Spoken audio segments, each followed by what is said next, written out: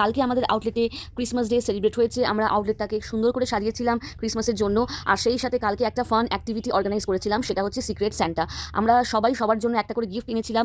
কেউই জানে না কোন গিফটটা কে কাকে দিচ্ছে, বাট সবাই একটা করে গিফট আমরা এনেছিলাম। আর সেটা আমি সান্তা ক্লজ হয়ে সবাইকে ওয়ান বাই ওয়ান নাম ধরে ডেকে দিয়েছি। আমার খুবই ভালো লেগেছে এই অ্যাক্টিভিটিটা করতে।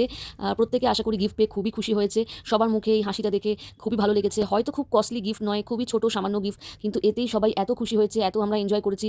এটাই খুব ভালো লেগেছে আমার। সবাইকে গিফট দেওয়া হয়ে যাওয়ার পর আমরা সবাই এক এক করে প্যাকেটগুলো খুললাম। ছোট হোক কি বড়, সবার গিফট পেতে খুব ভালো লাগে। আর গিফট প্যাক খোলার সময় একটা অদ্ভুত মুখে হাসি এসে যায়। তো সবাই এক একজন এক এক রকম আমরা গিফট পেয়েছি। আর সেই সময় অনিতাও তার প্যাকেটটা খুলছিল এটা দেখার জন্য যে ও কী গিফট পেয়েছে। প্যাকেটটা খোলার পর ও দেখে যে ওকে কেউ দুখানা আপেল আর একটা কলা গিফট করেছে। এটা দেখে আমরা আমাদের হাসি আটকাতে পারিনি। অনিতাও খুব মানে শকড হয়ে গেছে যে এরকম ইউনিক গিফট ওকে কে বা কেন দিল।